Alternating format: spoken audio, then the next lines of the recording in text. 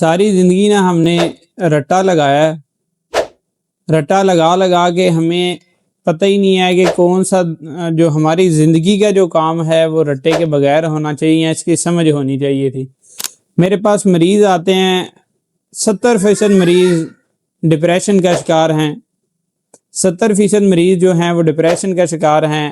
ان کو جب ڈپریشن کا کہتے ہیں تو ان کی آگے سے جواب ہوتا ہے کہ ہم تو بڑا شکر ادا کرتے ہیں، ہم تو الحمدللہ کی تسمیاں 3 پوری کرتے ہیں، لیکن ڈپریشن کی وجہ سے، انزائٹی کی وجہ سے شوگر جو ہے وہ آسمانوں پہ گئی ہوئی ہے، اس کی وجہ سے ٹانگیں کٹ رہی ہیں، آنکھیں خراب ہو رہی ہیں، گردے خراب ہو رہے ہیں، آنکھوں کا نبینا پن ہو رہا ہے۔ لیکن شکر کرنے کی جب بات آتی ہے تو ان سے پوچھیں تو وہ الحمدللہ کی تسبیح بتاتے ہیں، لیکن میں اس کو کہتا ہوں کہ ذرا میرے سامنے بولیں الحمدللہ۔ الحمدللہ بولنے سے جسم میں کوئی ایکسپریشن نہیں آتے۔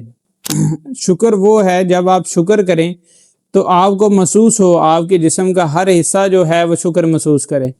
میں اپنے مریضوں کو اکثر جو ہے پریکٹس کرواتا ہوں اپنے کلینک میں کہ آپ کا یہ بیٹا ساتھ آیا ہے تو شکر ادا کریں کہ یا اللہ یہ بیٹا تو نے مجھے دیا ہے، میرے فلاں بہن بھائی جو ہیں ان کو نہیں دیا، یہ بہت بڑی نعمت ہے، اللہ تیرا شکر ہے۔ جب یہ شکر کیا جاتا ہے تو لوگ جو ہے وہ رونے لگ جاتی ہیں مائیں، اور آنسو آ جاتے ہیں ان کی آنکھوں میں۔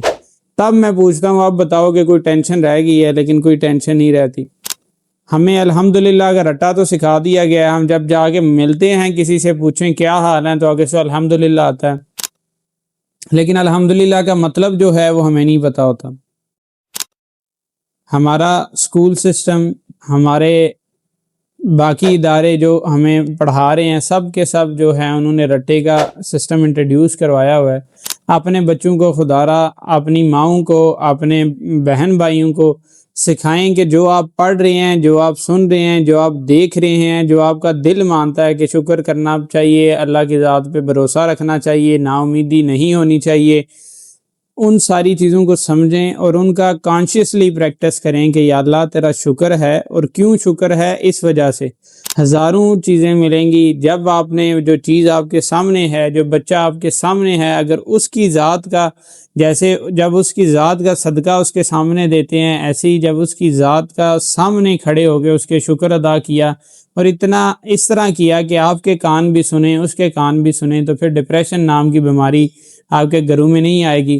پاکستان میں ڈائبٹیز سے بھی زیادہ ڈپریشن جو ہے وہ پھیل رہی ہے، اکنامک صورتحال بھی ایسی ہے، اور ویسے بھی ہماری جو ڈائٹ ہے، ہمارا جو لیونگ سٹینڈرڈ ہے، ان سب کو ملا کے دیکھیں تو ڈپریشن جو ہے وہ صبح شام ہمارے سامنے ہوتی ہے۔